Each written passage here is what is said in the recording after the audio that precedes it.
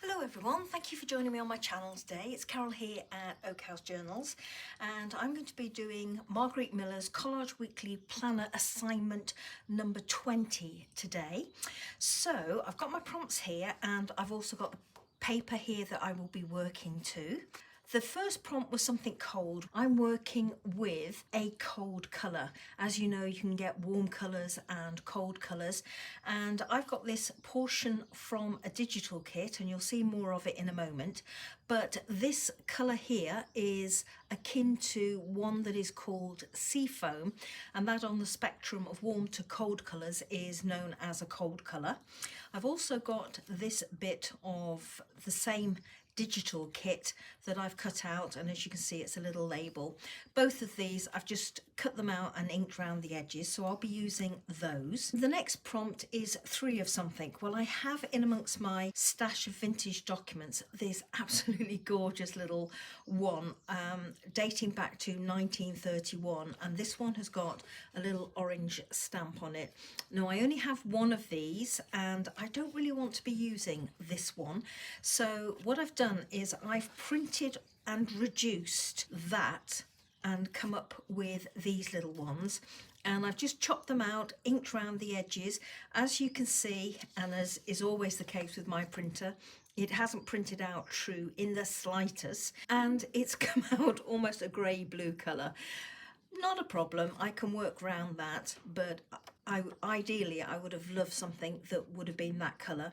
In retrospect, perhaps I should have printed it out onto tea stained or coffee stained paper, but I didn't. So these are what I've got, and I've also got up here 3 little stamps that I plan to put on there like that. The one on here, as you can see, is orange, but on mine it's come out as red. If you put the 2 together, crazy, isn't it? The next one is a place. Well, I've got this cover from the Folio Society dating back to 1968. It's gorgeous, gorgeous colour. I love this, and it's got almost a medieval image of Venice, an office supply. You have tags in offices, you have shipping tags and all sorts of different types of tags in an office.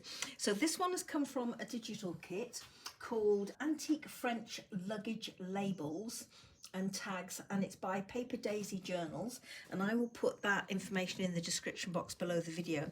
So now you can see where this label has come from, and I've printed off an extra one because I want to add some dimension to this tag, so I'm going to be popping that one on there to hit that cold, something cold prompt. And this is the one that should be higher up, so that should be there. This again was just printed on some white lightweight cardstock, and I've got some punched out eyelets here, so I might pick out one of these that is a pretty good match. Not that one, but one of these that is a better match. That one might be a better match for the actual tag itself. There we go, that's much better. So I'll be using that. The name of a song, well, I'm going to save that to the end because I haven't printed it out. I know which one I'm going to use, and the bonus prompt is lined paper. Well, I have a sheet here from a vintage notebook, and it's still got its rough edges here, which is the centre of the signature, and where I've obviously taken away another page, so it's curling over. So I'm going to be using that. So the first thing I need to do is actually to get this onto my tag.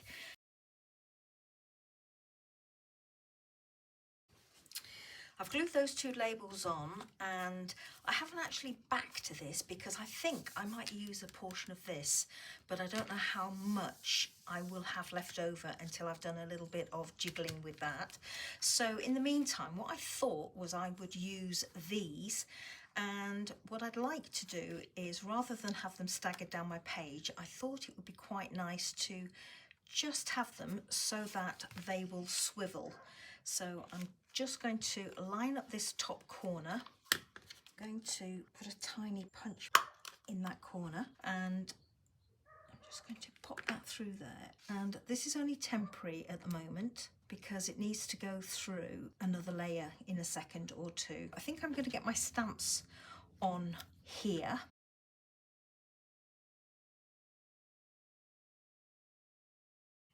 I've gone in and I've actually trimmed this piece quite a bit smaller than it was originally, so that I could have a bit of the lined paper showing all the way around inside that pencil lined border that I've drawn. And what I've managed to do is save myself a tiny portion of the front cover. There's the other piece there, as you can see. I think it went that way around. Yes, it did. So as you can see, I've managed to leave a portion of the front cover that is big enough for me to use to back my tag. I'm going to have to create a hinge here, but my first job is to tear this away, and I want to get a little bit of a rough edge like that. So I'm going to see if I can tear it. Let me try with my ruler first and see how that goes. I don't want to be into that fold. I want to be slightly past it. So I'm just going to rip it away. See, it's very, very fine, that paper. And I'm just going to see if I roll it a little bit along this edge. Yeah, that's doing the business for me. And all I'm doing is I'm just letting it stand up and then just creasing it down with my finger as I go. There we go, that will do. So I'm going to have something like that. This is going to sort of nestle inside those creases there. The lined paper I tore off the right hand edge there is obviously going to be too fine, with it being vintage paper, to act as a hinge. So even if I double it up, I don't think it will be strong enough. I'm going to use this spare piece here.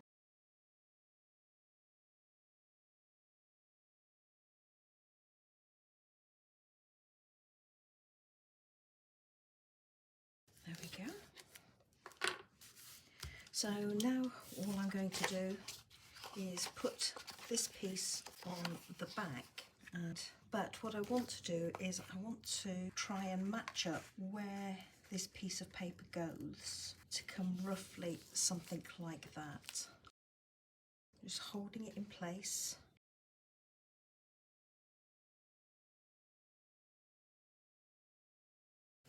So this is the back of the tag now with paper glued on, and there's my hinge.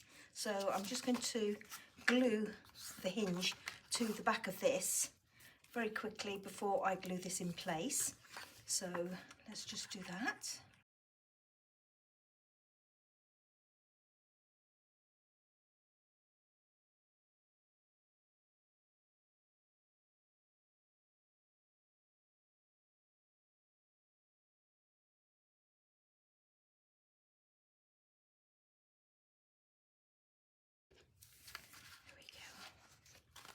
So that will go on there like that, and just very quickly before I actually glue that in place, I want to attach these. Just very roughly going to mark where I want them to go. Now I'm just going to glue this piece in place.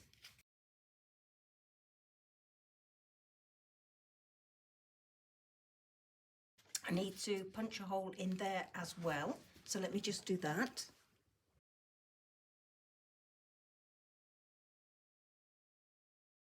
And now it's just time to attach these onto my piece. I'm just going to open those tiny little prongs out from the brad, get my hole punch.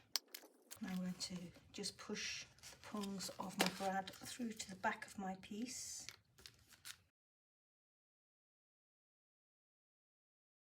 So there we go.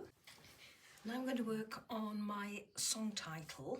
So I've gone with O Sol Mio, and I've just printed it out on some of that lined paper. I've printed it not on the lines but across the lines, just for something different. And I'm just going to roughly use my ruler and tear this away. Hopefully I can get this to tear nicely. That's fine. I've just chosen a font that I thought looked vaguely sort of medieval, because I think it the image of Venice actually looks slightly medieval. Don't know if I'm right or wrong there, but it sort of does to me. So I thought I would go with this font, quite an ornate font, but still quite nice. Okay, just going to add a little bit of Distress Oxide Vintage Photo just to soften the edges a little bit. I think what I'll do is use a portion of this and just frame this little piece before I put it on. It's hardly noticeable. I could actually put it on that side. It's hardly noticeable, but I think I like having it on there, so I'm going to do that. Just add a bit of glue first, glue it in place, and then I can snip it away afterwards.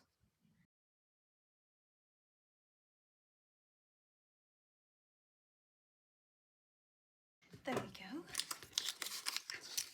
Clear those bits away, and now I need to decide where to actually put it, whether I have it there.